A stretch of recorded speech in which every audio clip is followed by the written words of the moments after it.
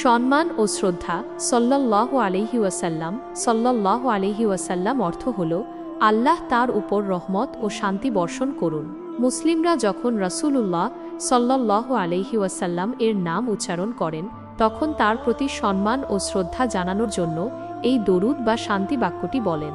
আল্লাহর নির্দেশ কুরআনুল কারিমে আল্লাহ তাআলা নিজেই নির্দেশ দিয়েছেন যে যখন নবী সাল্লাল্লাহু আলাইহি ওয়াসাল্লাম এর নাম নেওয়া হয় তখন যেন তার উপর দরুদ ও সালাম পেশ করা হয়।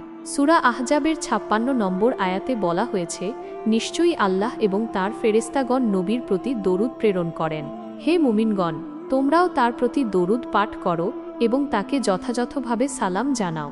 সংক্ষিপ্ত রূপ লেখার সুবিধার জন্য অনেক সময় সাল্লাল্লাহু আলাইহি ওয়াসাল্লাম এর পরিবর্তে সংক্ষেপে সা ব্যবহার করা হয়ে থাকে। আশা করি বিষয়টি আপনার কাছে পরিষ্কার হয়েছে। দিনের পথে আরও গুরুত্বপূর্ণ ইসলামিক জ্ঞান ও তথ্য জানতে চাইলে চ্যানেলটি সাবস্ক্রাইব করে রাখুন।